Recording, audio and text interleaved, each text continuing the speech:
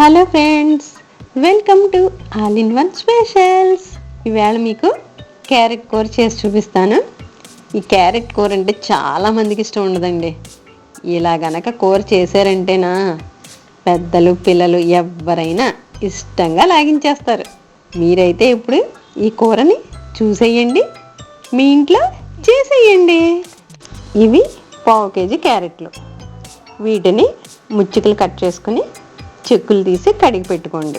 వీటిని చిన్న చిన్న ముక్కలుగా కట్ చేసుకోండి. పాన్ వేడి చేసుకుని 2 టేబుల్ స్పూన్స్ ఆయిల్ వేసుకోండి. ఆయిల్ వేడెక్కాక 1 స్పూన్ శనగపప్పు, 1 స్పూన్ మినపప్పు, 1/2 స్పూన్ ఆవాలు, 1/2 స్పూన్ జీలకర్ర, 4 ఎండుమిర్చి ముక్కలు వేసుకోండి. ఇవి వేగిన తర్వాత ఒక 10 జీడిపప్పు పలుకులు వేసుకోండి. మీరు ఈ జీడిపప్పు పలుకులకు బదులుగా పల్లీలు ఉంటాయి కదా, అవి వేయించుకుని పొట్టు తీసేసి వాటినైనా వేసుకోవచ్చు. 1 రెమ్మ కరివేపాకు వేసుకుని వేగించుకోండి. కొద్దిగా పసుపు వేసుకోండి.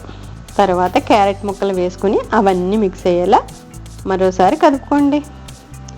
దీనిలో కొద్దిగా సాల్ట్ వేసుకోవాలి. ఇది ఎందుకు వేసుకోవాలంటే ఒక్కోసారి క్యారెట్ తీపి వస్తుంది కదా, అలా తీపి రాకుండా ఉండాలంటే, కూర టేస్ట్గా కూడా ఉండాలంటే ఇలా కొంచెం సాల్ట్ వేసి కలుపుకోవాలి.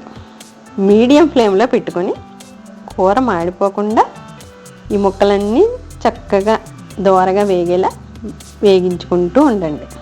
మరోవైపు చిన్న జార్లో 3 పచ్చిమిరపకాయలు వేసాను. ఇవి చాలా కారంగా ఉన్నాయండి, అందుకని 3 వేస్తున్నాను. క్యారెట్ ముక్కల్లో కొంచెం ఉప్పు వేసాం కదా, దీనిలో అది కూడా కలుపుకొని కూరకు తగినంత ఉప్పు వేసుకోండి. 1 పెద్ద ఉల్లిపాయని ముక్కలుగా చేసుకొని వాటిని కూడా వేసి గ్రైండ్ చేసుకుంటే పచ్చిమిర్చి ఉల్లిపాయ పేస్ట్ ఇలా తయారవుద్ది. దీన్ని ఒక పక్కన పెట్టుకుని క్యారెట్ ముక్కలు పూర్తిగా వేగాయో లేదో చూసుకోండి. ఇవి ఒక 5 నిమిషాలు పడుతుంది వేగడానికి. ఇవి ఇప్పుడు పూర్తిగా వేగిపోయాయి. ఉల్లిపాయ పేస్ట్ని కూడా వేసుకోండి.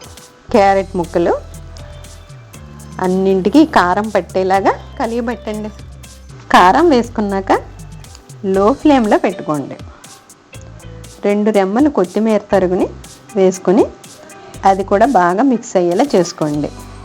ఈ ఉల్లిపాయ పేస్ట్ పచ్చివాసన పోయేదాకా వేయించుకోవాలి. ఇవన్నీ వేగటానికి 2 నిమిషాలు టైం పడుతుందండి.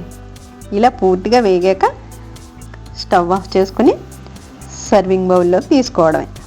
ఈ కూరని ఫంక్షన్స్కి చేశారనుకోండి, దీన్ని అందరూ తిని మిమ్మల్ని మెచ్చుకు తీరాల్సిందే.